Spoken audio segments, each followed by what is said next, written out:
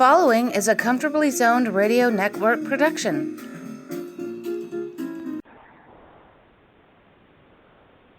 Thank you, Tally Olson. I am back, comfortably zoned, and I have a great guest.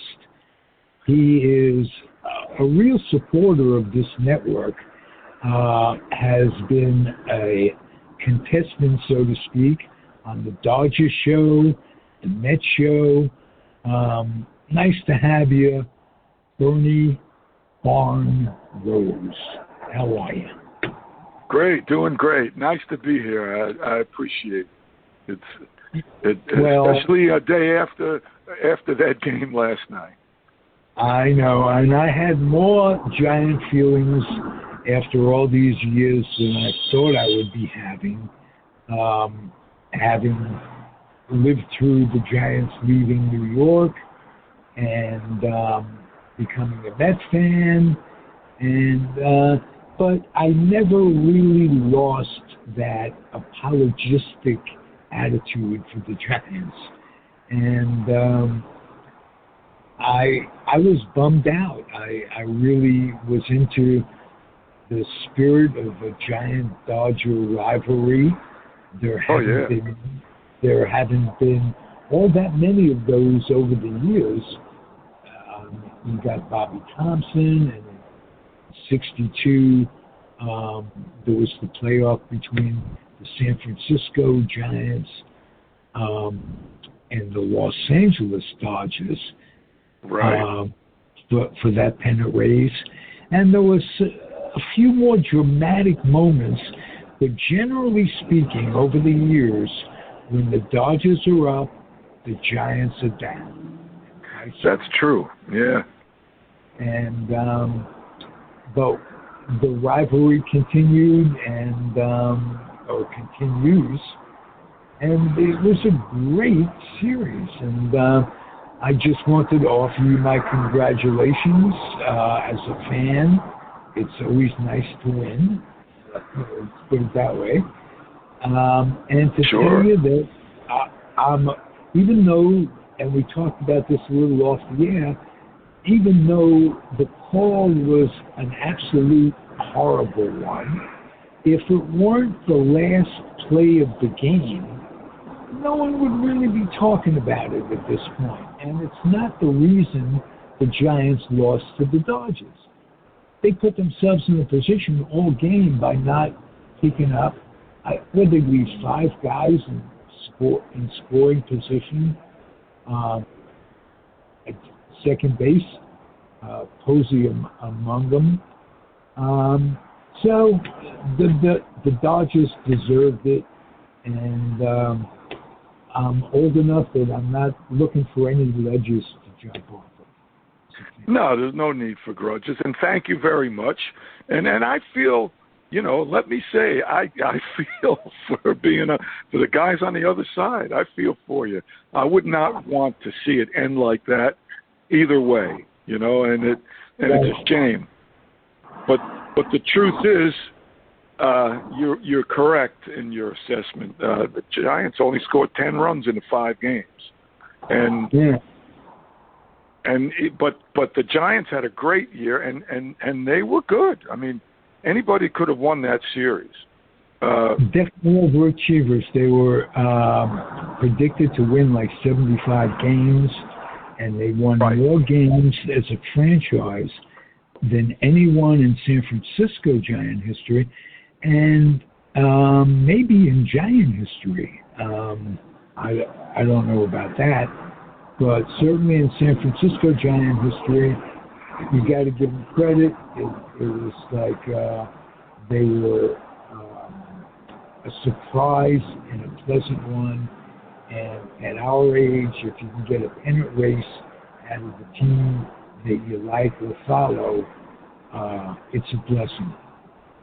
Oh, absolutely. The Dodgers pitching, really, really kept them in check. And it's the bullpen, the last 3 months, it's just been phenomenal, really.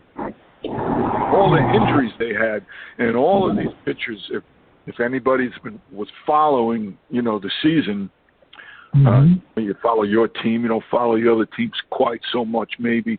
So many injuries, so many pitchers they brought up, and then a couple of them actually, two of the later guys that they brought up stuck and stayed on the team, and but the pen has just been phenomenal, and again they held it. They held it.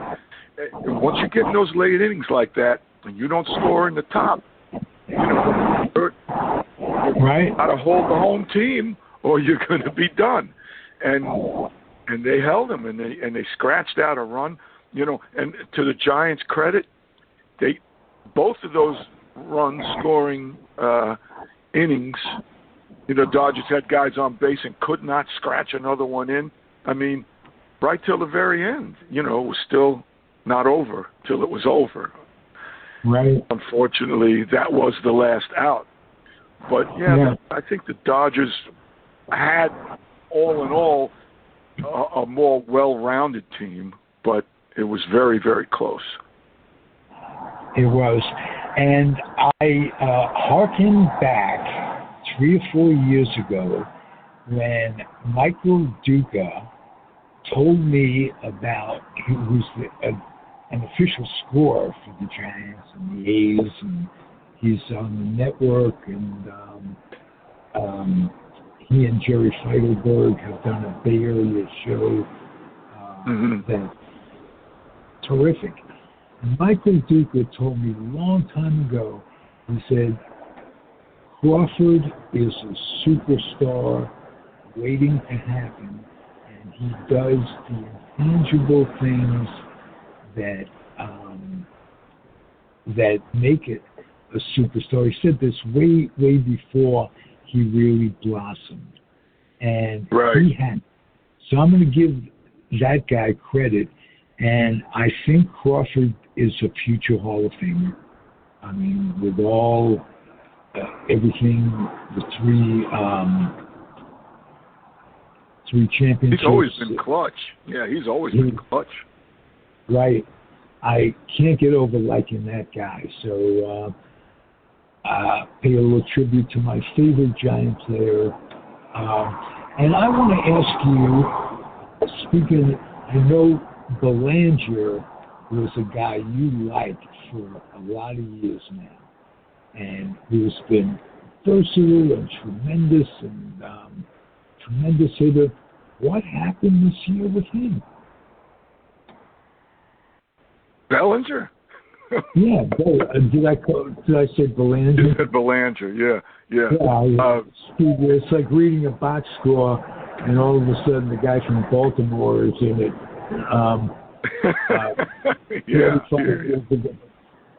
Great year. I don't know. Peter pointed out earlier in the season that, and when I say Peter, who we're talking about, that he had that shoulder surgery. It's the same surgery apparently that Matt Kemp had. It took him 2 years to recover from. So that could be part of the reason. But to have a year as bad as he had, I don't know. Yeah, you gotta wonder why. I equate that with Lindor of the Mets. Like, the last two guys you expect that completely bomb out for a year are those two guys. And I guess it just happens with athletes sometimes. Could be problems at home on his mind. You never know, but it just goes to show you it's not a computer. These are human beings we're talking about. Absolutely. And the funny thing is that then all of a sudden in the playoffs, Bellinger, I don't know, is he hitting 300? I know it showed he was hitting, 280 something during the game for the postseason so far, which is certainly a lot better than 165. And he was hitting in the 150s like most of the season.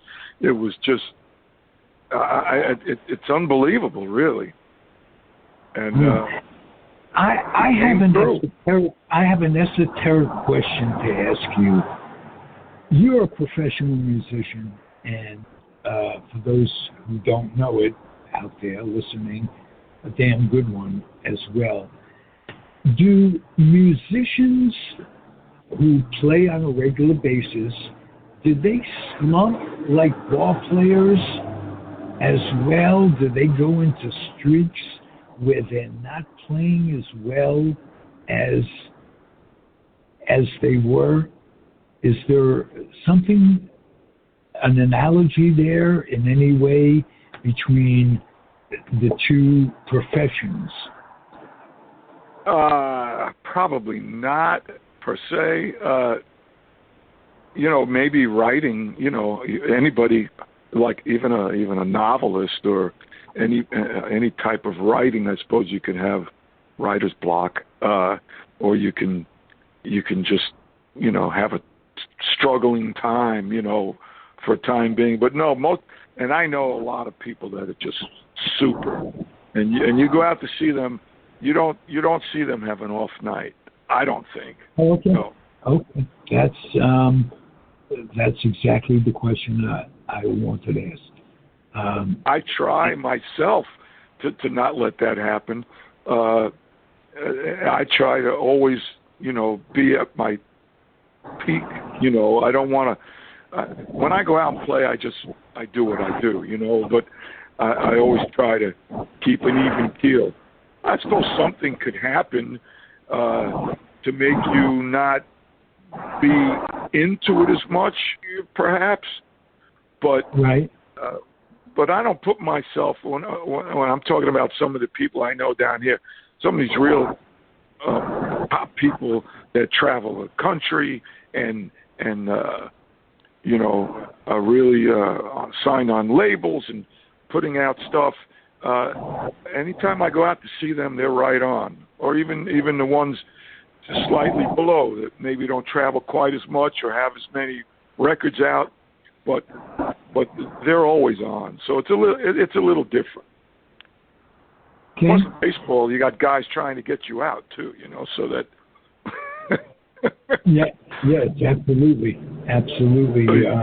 It's not like golf. Right. You could face a couple of tough pitchers, and you have a couple of tough games, and it could put you in a funk that takes you a while to get out of. Right. Because it's so hard to understand why a great hitter could go 3 weeks and just do nothing. It's funny how, and then they just snap right out of it. So pitchers the same. I'm thinking now of Kelly Jansen, who seems to be an up and down kind of guy, but when the chips are down, he is there. He came back this year. Yeah, he came back this year, and I know I'm sure some Dodger fans were skeptical because last year became a rough year. I don't know what happened, but he lost a lot of juice on his fastball, on that cut fastball, and he added I guess this. He always had a bit of a curveball, but this slider now, he's improved on that, and he got the juice back. He's throwing it. He used to throw 98, 99. Now he's throwing 95 though, and last year he was throwing 89. 90 was a lot, and that's how he ended up losing the closer job for some of those games in the NLCS last year and the World Series.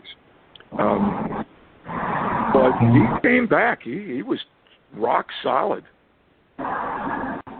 Kudos to the Dodger organization for going out and picking up a guy who I had in my fantasy league the last year that I played, the year before the strike, and I won with Trey Turner.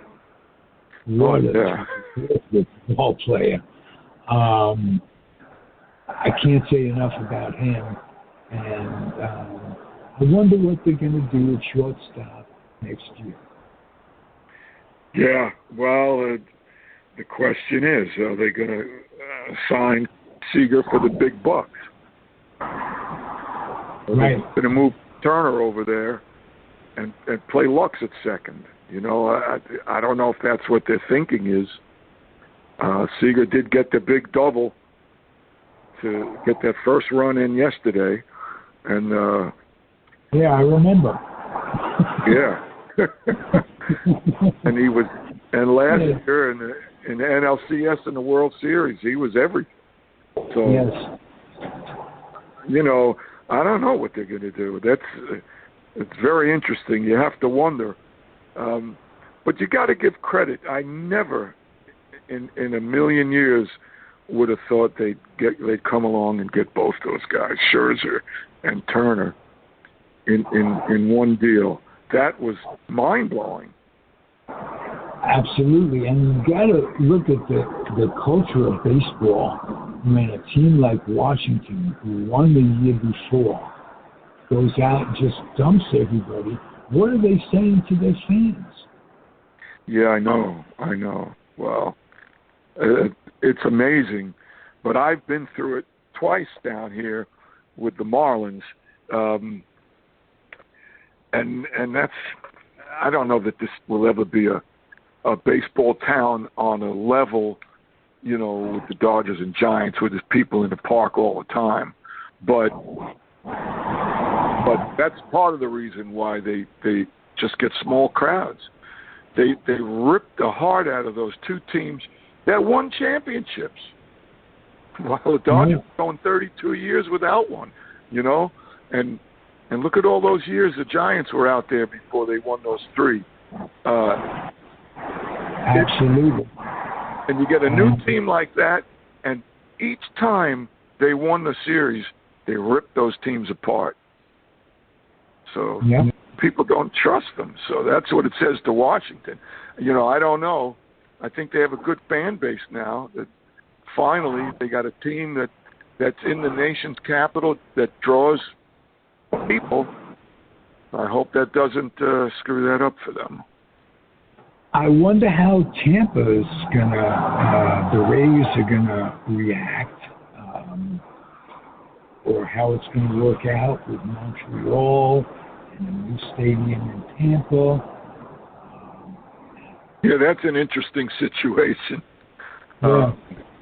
First time ever that a franchise will be shared.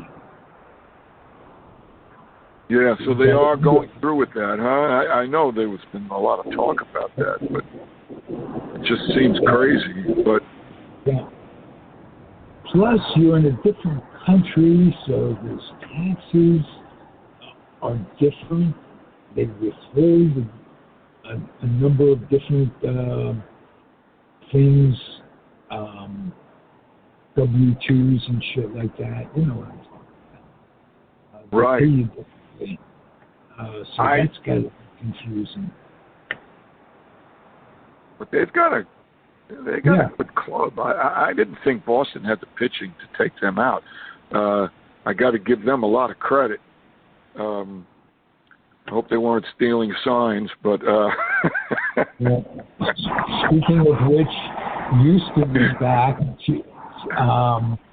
2 years later. And I have to admit that because of Dusty Baker, I'm rooting for them. I'd like to see Dusty Baker get a championship. That's all. Well, everybody likes Dusty Baker. I mean, I remember him as a Dodger. You know, when they won in the 80s. Been a real good manager. He's had a lot of tough in the playoffs, unfortunately.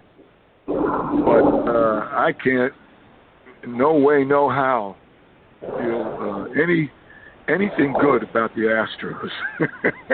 Nothing. No, I wasn't thinking about the team. I was thinking about the manager.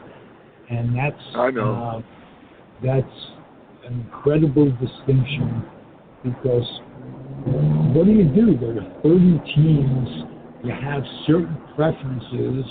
There are big games. As a baseball fan, you don't just turn yourself off to baseball when your team isn't playing in a big game.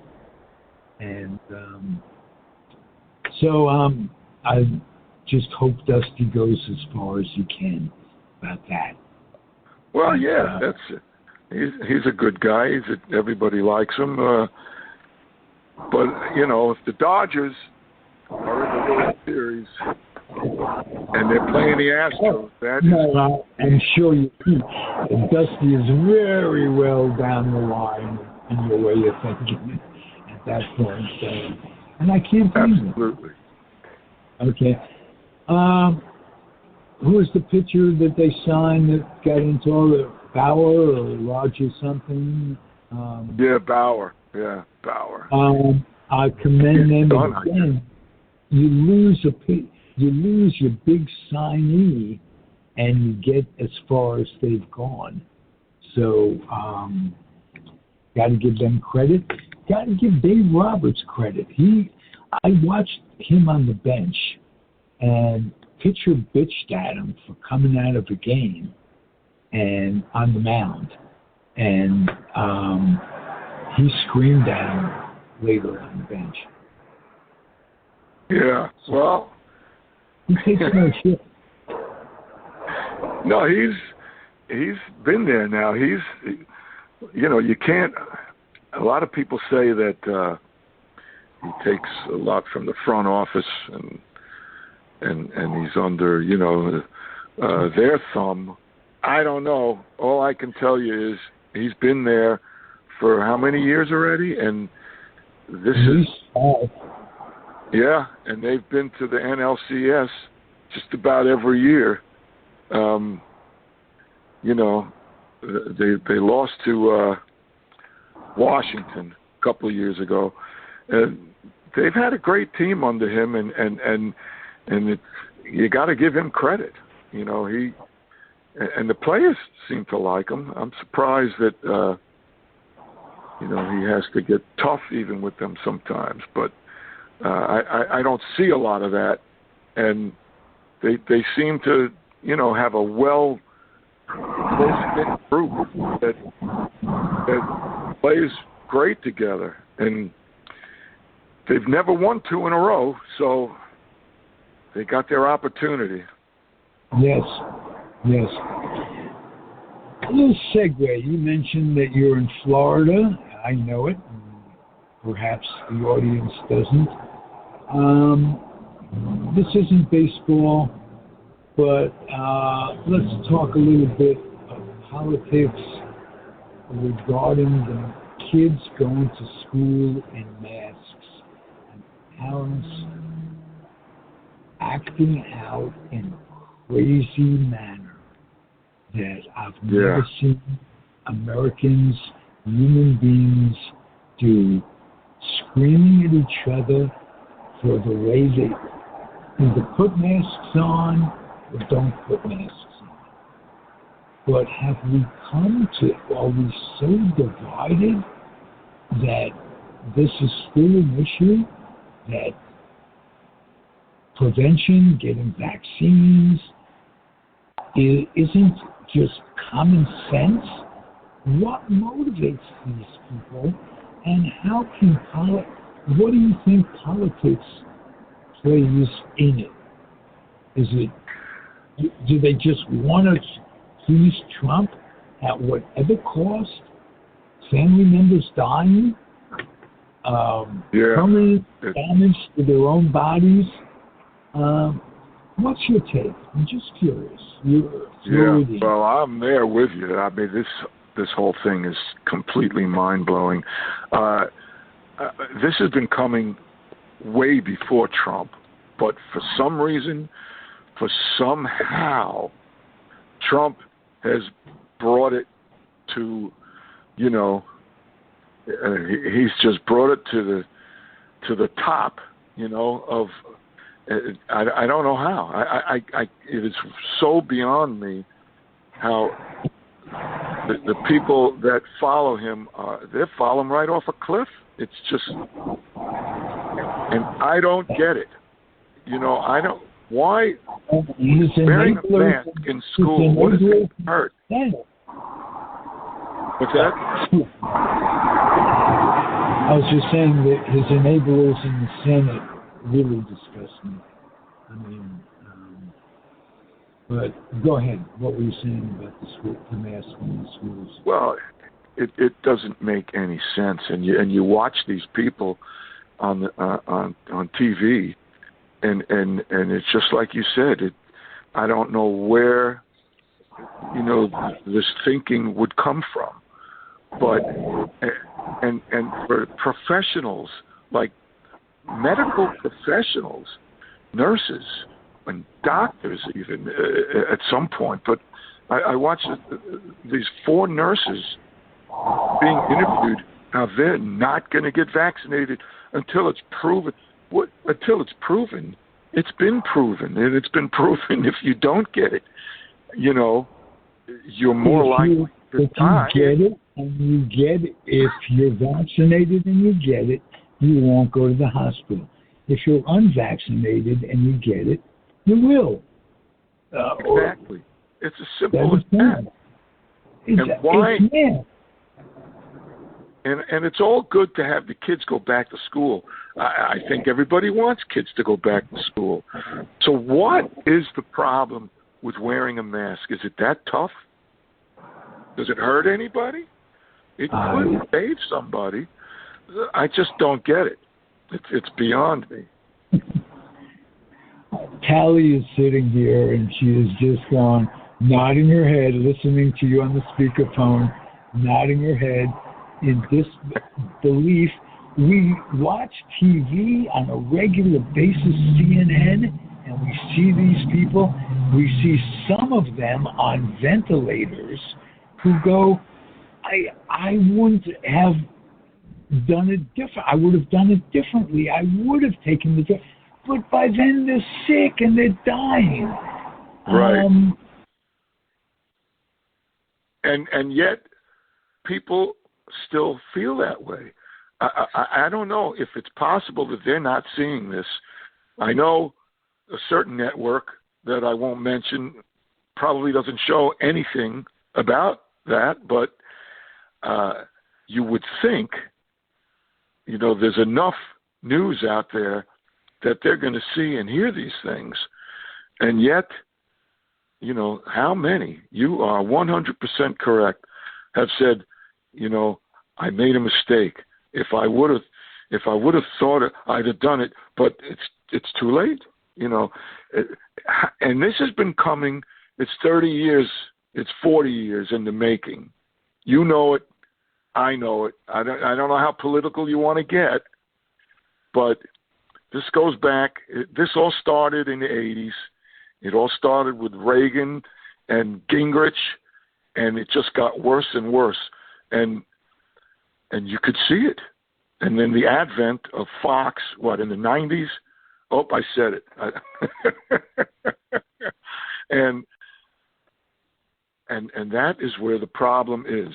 Now, there was a particular, I don't know if it was a law. I believe there was a policy change. There was a change in the laws that allowed that network to be able to present as fact or present as an opposite fact lies and not be held accountable for it. Before the 90s, they couldn't do that. And that was changed. And I wish I could remember what that particular name for that was. We'd have to look it up. But that's what allowed for that. And that's what they've been doing. And those, in my mind, are the 3 things that have set this in motion that ended up with people ready to jump off a cliff for Donald Trump. It's just mind-blowing. Is that enough? Hello? Did I lose you? I accidentally think I lost. Oh, fuck. Are you?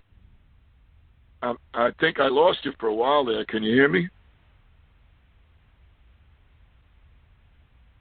Yeah, I don't know what's happening. Hello? You there? Hello? I'm there, Barn. You hear me? I got you now, yeah. Okay. I want to ask you one final question. Do you think the New York courts will save us from ourselves and prosecute this guy? Georgia courts need to do the same for evading the election. Washington needs to prosecute him for the overthrow of the government. Where is the judicial system in our country? Well, that's a great question, and I don't know. I just want to, before I even get into that, my wife Barbara heard some of what we were talking about, and she just brought this over to me. This was published January 26th, 3 years ago, 2018, and the headline is, "Did Ronald Reagan pave the way for Fox News?" No. A Facebook meme gets some facts right about the demise of the fairness doctrine, but ignores important distinctions between broadcast and cable television. And that's what I was talking about. Yeah, I couldn't remember the fairness doctrine. And so that's something for people to look into. And that's a part of the big reason why this has been able to be perpetuated on the American public for 30 years. So he did more than just kill the unions in this country, which would have been enough. Yeah, well, he did a lot of bad stuff. No doubt. And unfortunately, when you have a situation that you can just not vote on Supreme Court justices because you just think, no, we don't want this president to have one. You know, when you've reached that point, you've got serious problems. And the federal judges all across the country are being replaced by Republicans. And a lot has to change. A lot has to change. Well, what scares me is the demolition of Roe v. Wade, and it started in Texas, and now other states are moving towards it, and that's a disgrace. Absolutely. Absolutely. You have a wife, you had a mother, rational thinking people can't understand that. And going back as a society is absolutely disgraceful. You're forced to have a kid if you were raped by your father. Can you imagine? How would our grandparents, if they were suddenly brought back, and we don't understand it? Can you imagine the shock of revisiting a country, revisiting a world that's turned into this? My grandfather is flipping over in this freaking grave, no question. And he was a Republican, and back in the time when Eisenhower was really no different than Adlai Stevenson. They were so close in ideology. We were Americans. Right. And to be this split, where it's a civil war, how can you talk to people who go, "Don't mask your kid, you're in the thing, and you're a disgrace," and screaming at fellow parents in front of their own kids? What are they going to grow? Those kids going to grow up to be themselves, and it's scary as fuck. I'll tell you. No question about it. Bernie, it's nice to talk to an empathetic, simpatico human being. There are Always a very pleasure. few of us. There are very few of us. Come back again real soon, huh? I will, absolutely. Thanks for having me. Let's do it again. Whenever And again, you are a representative of Ron Rabinovich, Peter Trunk, I'm trying to, Claire Hall. All these Dodger fans on my network are loving it. And Bach and I, Hal Bach, Heshy, we don't like it so much. It's Giants. Yeah. It's great. But I want to congratulate all of you. Rabinovich, every time they win, Dodgers win. Absolutely. Because the most loyal Dodger fans in the world. And I have to admit, looking back at their memories, the Furillos, the Reeses, and what have you. Yeah. Gotta love them as much as I do the Yankee players, the memory of the Yankee players and the Giant players at that time. We were absolutely blessed to grow up with three teams, all of whom were contenders.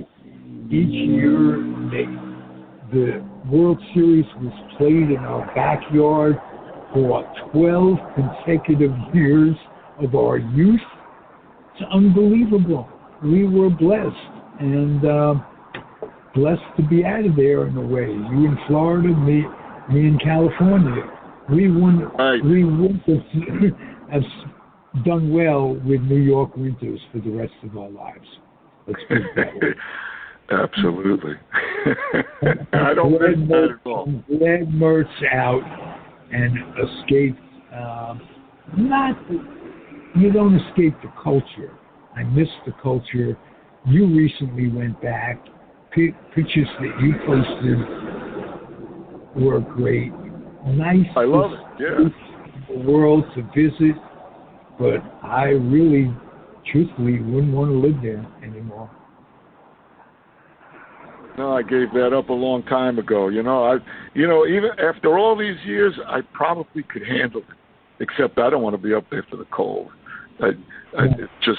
I'm so over that. It's been a lot of years. But waking up every day, you wear sandals and shorts. Exactly. Big difference. Big difference. All year long. Let me just say this. Even after the Dodgers and Giants left, and of course there was no cable TV, so we had to wait for the Saturday afternoon NBC game of the week.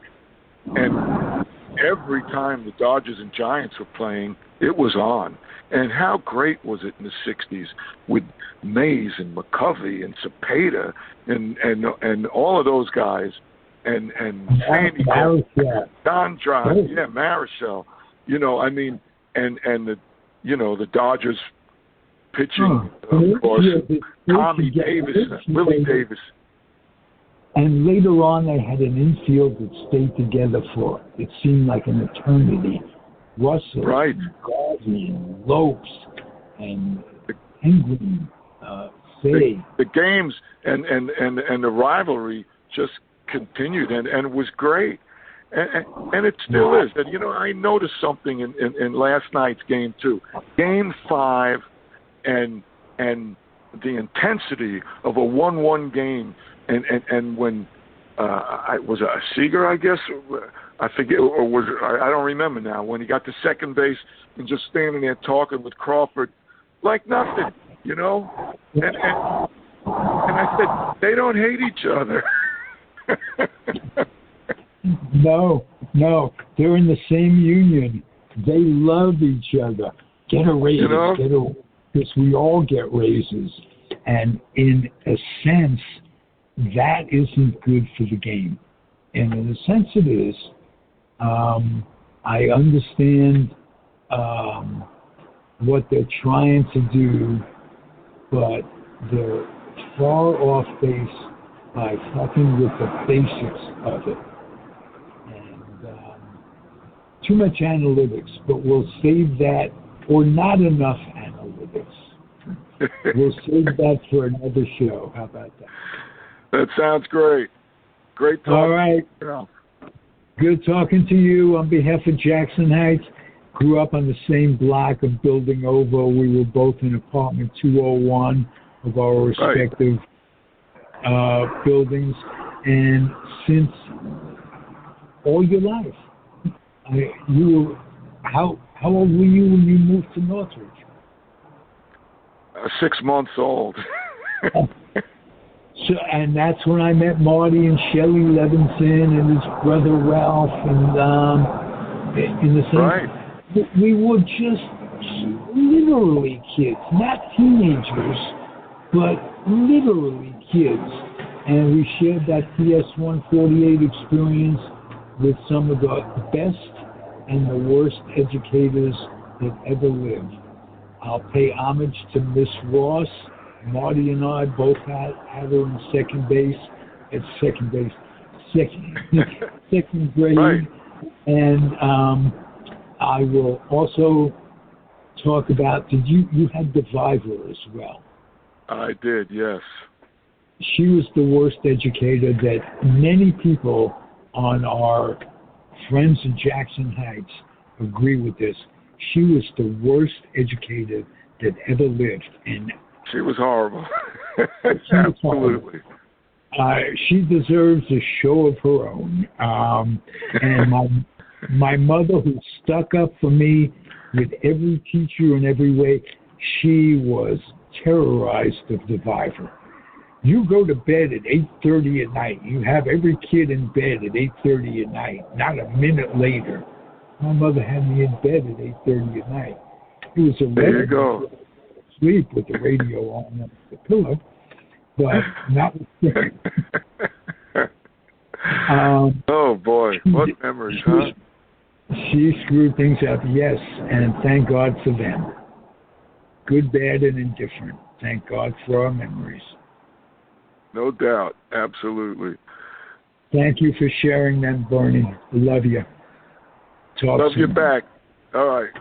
Here.